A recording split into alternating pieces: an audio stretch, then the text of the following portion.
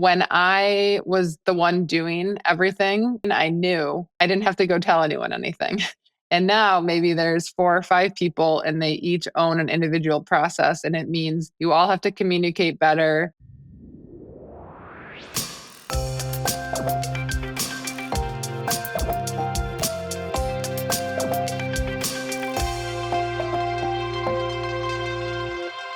Welcome to the CFO Show. I'm your host, Melissa Howitson, CFO of Venna. Establishing a finance function from the ground up demands a strategic approach that aligns with your organization's specific challenges and aspirations.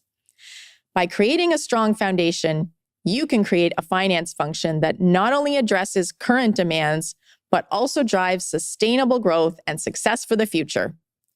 My guest today is Amy Ward, CFO at Blue River Pet Care. Amy originally joined the team as a senior accountant and has played a tremendous role in the development and management of the accounting and payroll teams, as well as the processes used today to provide in-depth financial support to hospitals across the organization. She served as Blue River's controller and vice president of finance before taking on her current role of CFO. Amy, thank you so much for joining me. Great to be here. Thanks for having me. Can we start with you telling us a bit more about your background? I joined Blue River 10 years ago, actually last month. So before I was at Blue River, I was at KPMG in the audit practice for 2 years. I did financial services. I was mainly on one client, which involved a lot of travel every week to Michigan. So once I got a little tired of that, I knew it was time to find something else. What was it about Blue River that attracted you? And how did you know it was time for a change? Was it just the travel or anything else? I think public accounting is a great place to start your career. I would do it all over again. As I looked around and I saw who was in the position above me and the position above that, I didn't have someone that was a huge mentor that I aspired to be. And I thought it might be a nice time to look external if I wasn't on the partner track. So I looked around. I did a lot of interviews that I would say were very safe, and I knew maybe would sound good, were reputable, and bigger firms. Then I came across the Blue River interview, and it was very different. It was entrepreneurial, a small office, more of a family feel. And it was something that felt a bit riskier given where they were at in their history, but it was something I wanted to take a leap and try it out.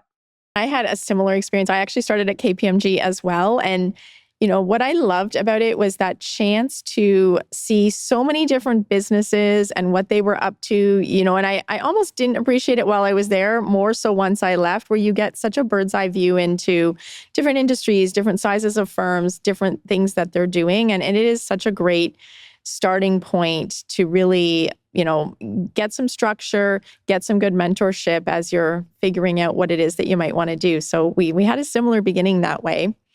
You joined Blue River and you got in there, start building a team, contributing to the team, and you've made some interesting moves and had quite the journey while you're there. Can you tell us a bit about what that journey's looked like for you?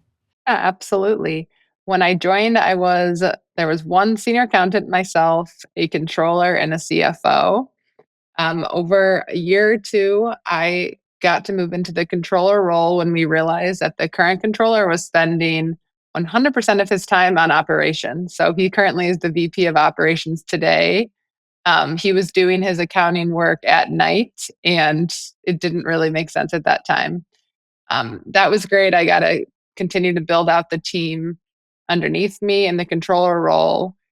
About 2 years into the controller role, I found out that the CFO, who's still my mentor today, was trying to plan for his retirement.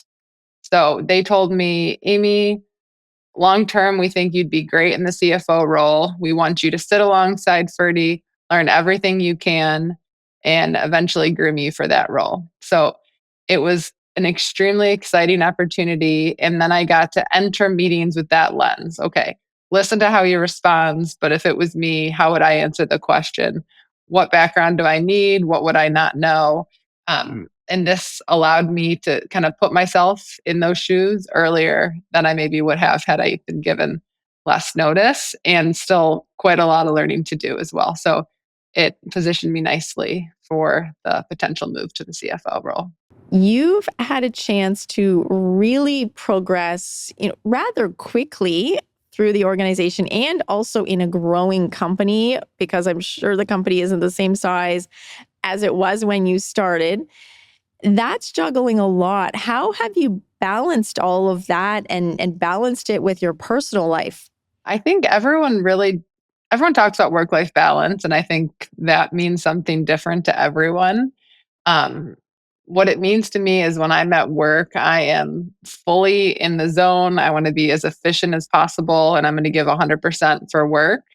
But I also think having time outside of work makes me a better employee as well, so I can fully recharge. I think when I was in public accounting, I was working, 6 or 7 days a week, so I didn't have that. Now there are weekends where I go in on Monday and I'm like, what am I working on today? Because I truly didn't think about it. And I think the ability to separate out life and work makes for better employees all around. And did you have to work at doing that? Because it sounds like you've evolved that way. I think having children was a natural way that it forced me to have better boundaries, but it also makes you realize how to focus on what's important. Is that something you really have to get done that night, or were you thought it had to be? Can you make time for it the next day? So definitely something to work for, and something I'm still working on. But I know it makes me the best version of myself. You have had an experience where you are of really building up the finance function from the ground up. Can you talk about where you think CFOs should even start when they're faced with this challenge of building from the ground up? When I started at Blue River, we owned 17 veterinary hospitals. So picture just a lot of small businesses that we were bringing together, and we were a mighty back office trying to service them. I think the best place to start is thinking, what's taking up my time? So when I started, the CFO was, I think, 5 months behind on month end close, and the bank recs and the credit cards were piling up. And so it was learning what has to get done day to day, right? So it wasn't as much of the highly skilled work, but it was the bulk that is just running a business day to day. So I think when you're first starting out, it's taking a step back and saying, okay, in a week, where am I spending my time? And for us, it came down to, how are we paying the bills? How are we communicating with our clinics? And basic blocking and tackling. And so, what were some of your first hires then? What kinds of positions did you need to start putting in place? I first invested in the accounts payable team, which was a completely different skill set of someone who I had worked with in public accounting. And that was something that took me a little bit of adjusting, because I was used to a lot of people who had the same background, had an accounting major. Maybe most of them had their CPA, were very trained the same way in the different firms. And what I realize is I need some of the work that is just done behind the scenes to get done. And that means maybe I'm taking a chance on someone who just graduated school, doesn't have their CPA, maybe went to a local college, is a little bit scrappier. And what I have found over the years is the accounts payable can be a great breeding ground for talent throughout the whole organization. So even then, the accounts payable clerk that started then is our director of integrations. So we have found it's a great entry level position when you find someone who you want to maybe take a chance on, doesn't have a strong technical background, but is a hard worker. And we've found a lot of success in that role throughout. Now, when you identify what it is you need for the business, cultural fit is also something that's top of mind, especially in a smaller company, although I would argue any size company needs to be thinking about that. What do you think CFOs should look for when they're assessing both those competencies and that cultural fit? Cultural fit is extremely important. We are doing the numbers, but it's really a people business, and customer service is key to what we do. I think sometimes people have the wrong impression of what the finance department does, that they, are number crunchers. They sit in a corner and they don't have to talk to others, but it's the exact opposite. You have to work with many departments. We work with our practice managers out in the field. And it's super important that we have a great relationship because it's a lot easier to ask for something when you've built that rapport or they'll help you solve a problem together. So when I think of culture, we always say we view the clients as the people that work at the practice and even the other departments because we want to be able to give people best in class service and provide them whatever will help them do their jobs better. And I love that approach of, who are our customers, because they're not always external customers. And interesting how you say, it's a people line of work, because I think sometimes we don't think of it that way. We think of it's back office. We don't need to interact as much with the people. But in fact, it's quite the opposite. To be effective in many of the roles that we have on our finance teams, you need to be able to work with stakeholders both in your finance team and outside of the finance team, which means you really do need to lean in to figure out how best to work with others. So I think it's such a great observation. Now, in the early stages, technology starts to become a challenge, and there's lots of technology out there. How did you go about assessing what you were going to need for the stage of company that you were at? Great question. Technology has always been super critical, and I felt fortunate that the people I worked for would lean on me if I said, guys, this is where we need to invest. We need to look at this next because I was the one who was in the details for a lot of the time. The first large technology investment we made was probably switching from QuickBooks to Intact, which is our ERP still today. And QuickBooks is so great for so many businesses, but we got to a point where we were logging in and out of 17 different instances of it. When we were printing checks, we were printing them from 20 some different entities. And it was such a time suck that should have been an easy process. And the beauty of building the process is you have one GL system, so you're mapping everything the same. And we were able to sit down for a long time in a room and think about the decisions of how do we build out our GL system, not today with 20, 30, 40 clinics, but when we have 100 and when we have 200. And so we had to push ourselves to think bigger so that it worked now, but it also was going to serve for us 5 years down the road as well. What did you think of in terms of at that stage would be essential, and how did you avoid what can start to become the creeping of like over investing in technology? How did you make that assessment? It's an easy thing to do because everything sounds good in a demo. I think every time I go like, wow, this is gonna change everything. Um, for us, our focus was really on how can we consolidate up our financials. And I'd say we were less focused on things such as payment reconciliations, bank reconciliations at that point, because we weren't necessarily ready. I would say we knew we had to wrap our hands around fixed assets, even though it's not the most fun thing until you have that locked down. It can just be daunting. So um, we also had a few starts and stops. We thought, oh, a prepaid module, that's going to be so great. We have these different items that we're reconciling constantly. And realistically, sometimes Excel's fine. And so everyone is saying, Excel, get your processes out of Excel, get them in a system. That is totally true for a lot of processes, but there's some, if it's working, it might be okay. So I think we experimented a lot with that. Another thing that we shied away from was integrating all of our banks. We have today 18 different banking relationships, and you can have feeds with this bank and you can pull in the cash balances. And while for some certain size company that might work, we had to take a step back and say, okay, right now, once a week, we log into all those banks. It takes one staff accountant 2 hours. Do the math on that. it's actually not costing us that much versus what's a feed to that bank per month. It was much higher. So we tried to take cost benefit analysis to a few of those process areas. I think that's such a smart way to tackle it because, like you said, you can otherwise get enamored by all of the things. And, you know, along the lines with this, automation starts to become such an important factor. And yet you often start with such a small and lean team that you only have so much time for the automation. Are there any specific areas where you think that CFOs should be leaning into that automation sooner than later?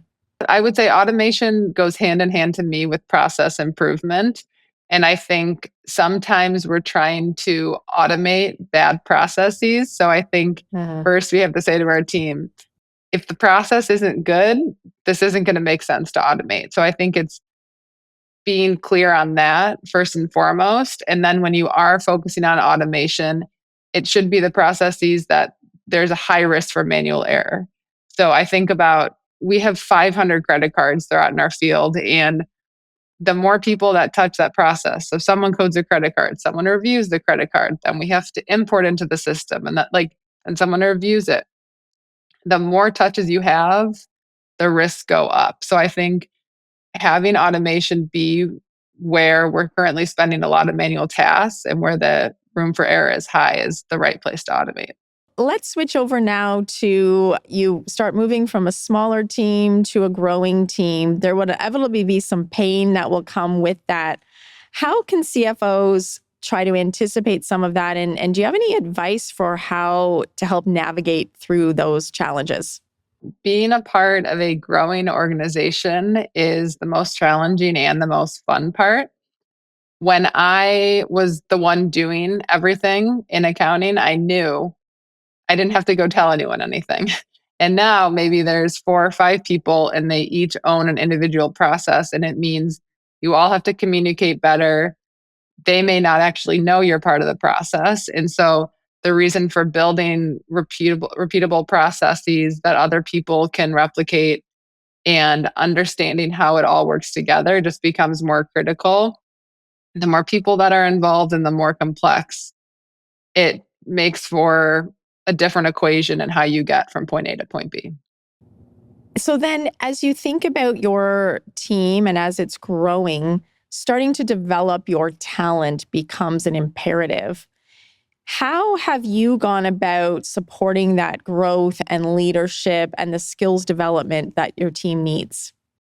I love mentoring and developing talent. My director of finance today was actually my intern at KPMG. So funny enough, back then I remember I would teach her something, she would get it, and she was actually better than the staff accountants. And so we stayed in touch. And when I was the controller and she was still at KPMG, I had reached out to her. And it's so simple, but I think it really comes down to, are you giving people the context for what you're asking them to do? Because we all get so busy and it feels easier in the moment to say, okay, do this, this, this, and this, and I'll review it when you're done. When if you can just take the 5 minutes to say, okay, what we're doing is to support this function. You'll know this is right if this, but often the days just get very busy. We're jumping from meeting to meeting, and it's so easy to underestimate what other people know that might be inherent in your brain. So taking the time to teach people the why will make them, one, give a better work product. They'll be more invested in what they do. They feel meaning behind their work, and just all around, I think it's better for them and the company.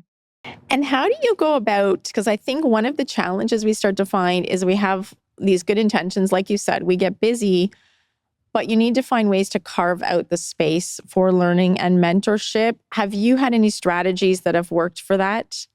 I think separating the to-do list check-ins with the mentorship, the quarterly check-ins, I think are critical.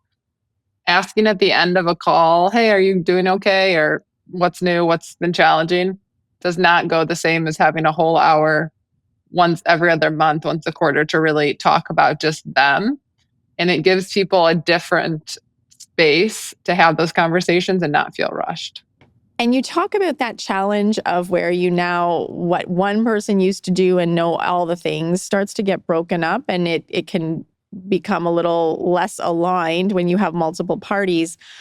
I see often that you start to get this friction or lack of collaboration that can start to grow between different teams. And, I think of, for instance, FP&A and controllership and treasury. And yet it's so important that they all are feeling aligned and collaborating so they all understand what each other's up to and what they need to do and how it's impacting one another.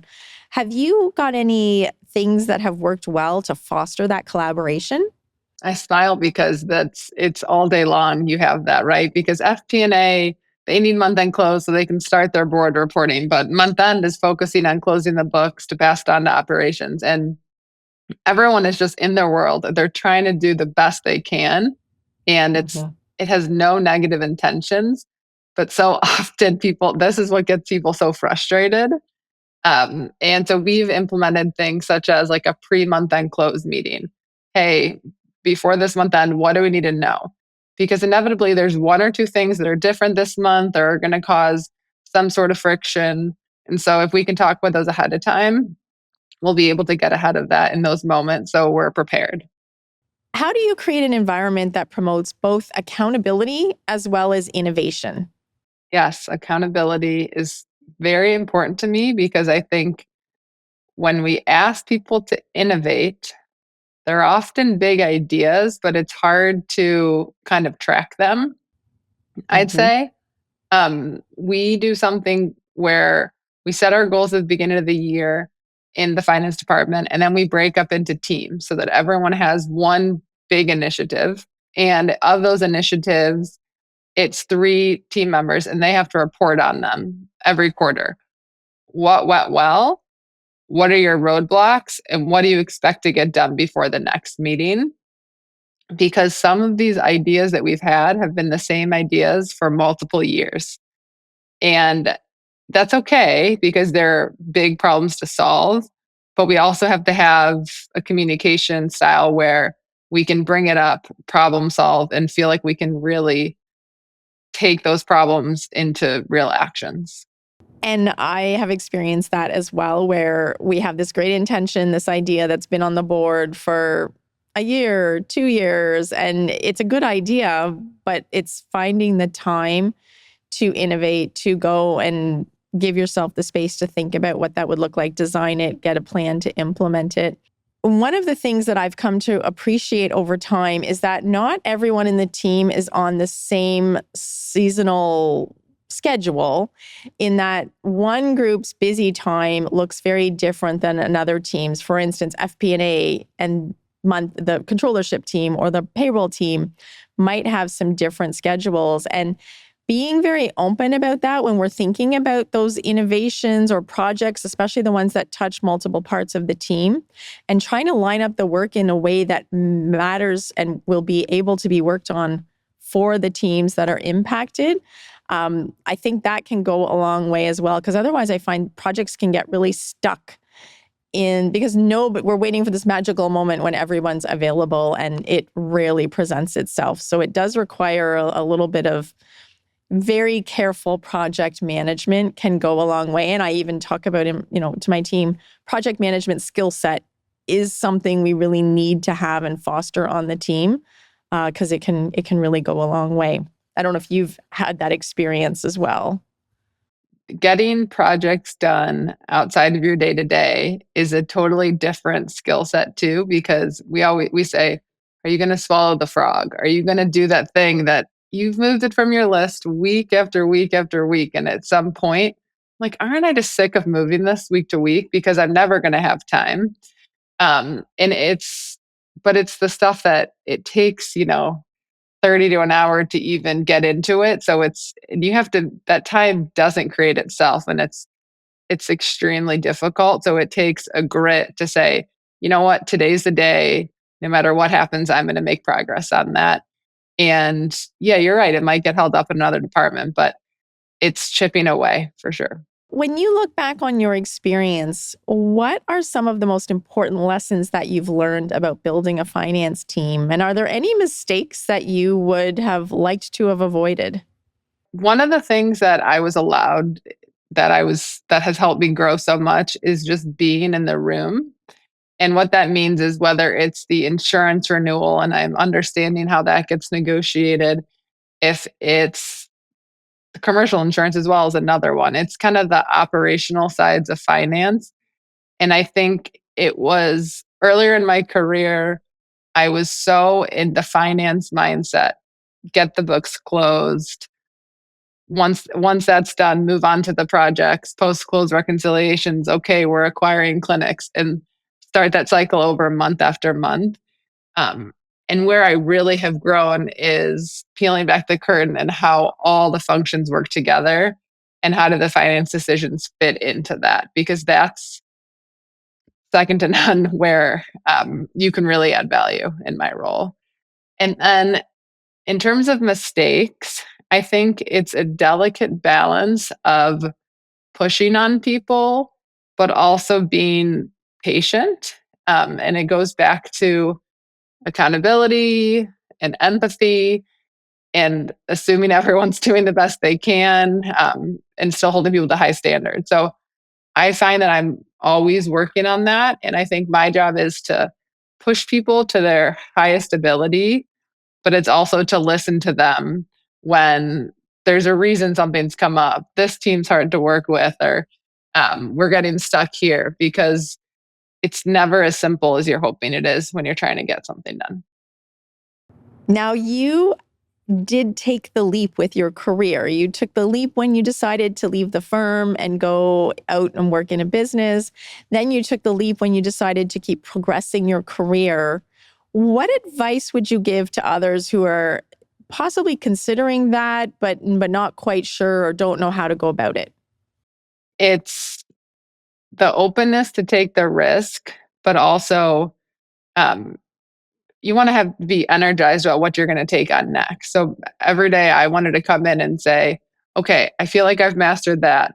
Hey, can I look at that? I know you've been working on that. And working for people who are willing to give you that, to trust you with that as well. And being a part of a growing company also helps it. So I think, especially in the finance field, there's a lot of really safe paths. And that is totally great for a lot of people. But I think that often when you take risks, that's where there's usually the most opportunity as well.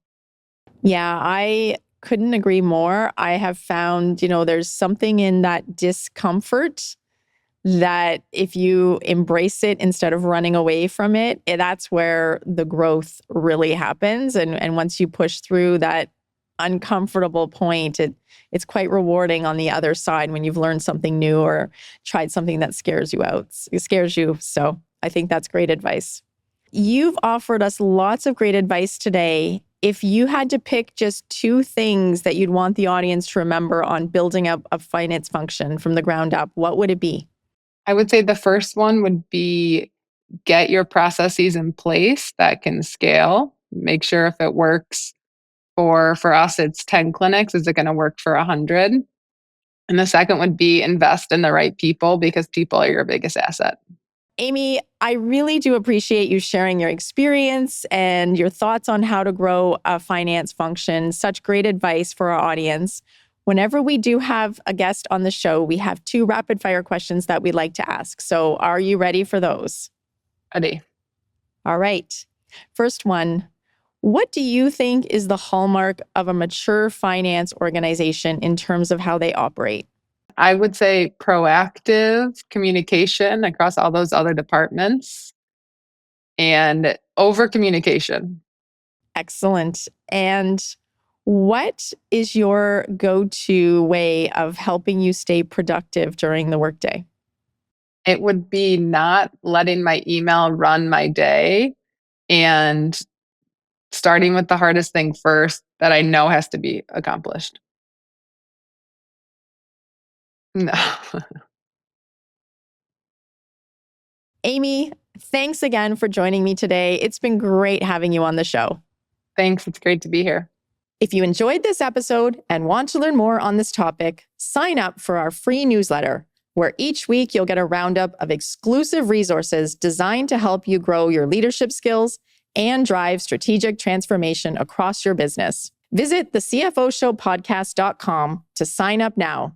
For the CFO Show, I'm Melissa Howitson. Until next time.